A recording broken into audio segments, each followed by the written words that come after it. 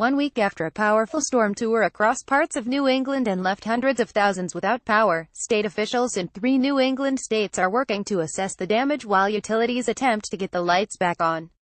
The Massachusetts Emergency Management Agency said all power loss from the storm had been restored in the state, but did not yet have an estimate for damage from the storm Monday. MEMA is waiting for cities and towns around the state to report what effect the weather had. We've sent out sort of a request for communities to tell us how much damage they might have incurred, MEMA spokesman Christopher Best said. If it's a very big number, we can potentially go to FEMA for a federal disaster declaration. As the deadline for community reporting isn't until a few days from now, Best said we won't know until sometime next week what the total damage was. But he said he believes the costs won't be too high, as the majority are associated with utilities work on power restoration rather than the efforts of local departments of public works. Get fast forward in your inbox. Forget yesterday's news.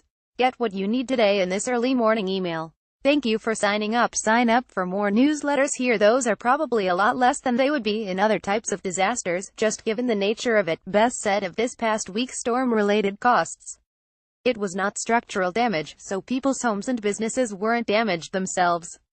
Downed branches, trees, and power lines and some spot flooding did impact the region last week, but Best said those issues are not likely to result in a high damage cost to the state.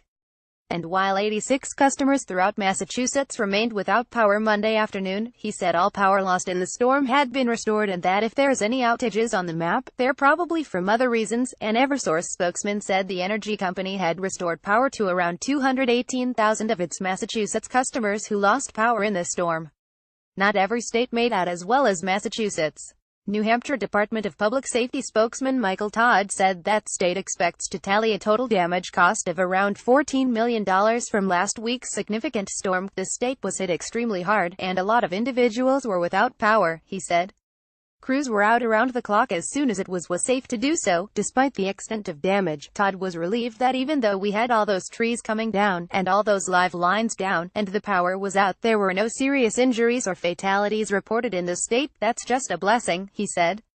New Hampshire is currently in its public safety office's initial damage assessment phase, and FEMA teams are set to arrive Monday afternoon to document and verify reported damage. Once that phase is completed, Todd said, if the state's damage relief threshold of $1.9 million is met, Governor Chris Sununu can request a federal disaster declaration. Todd said some lingering power issues left 380 people still experiencing power outages Monday afternoon. Although crews are working to fix any isolated issues, power has been substantially restored across the state, he said. Although there are a handful of customers on islands and on Lake Winnipesaukee without power, in Maine, power outages were more widespread Monday afternoon.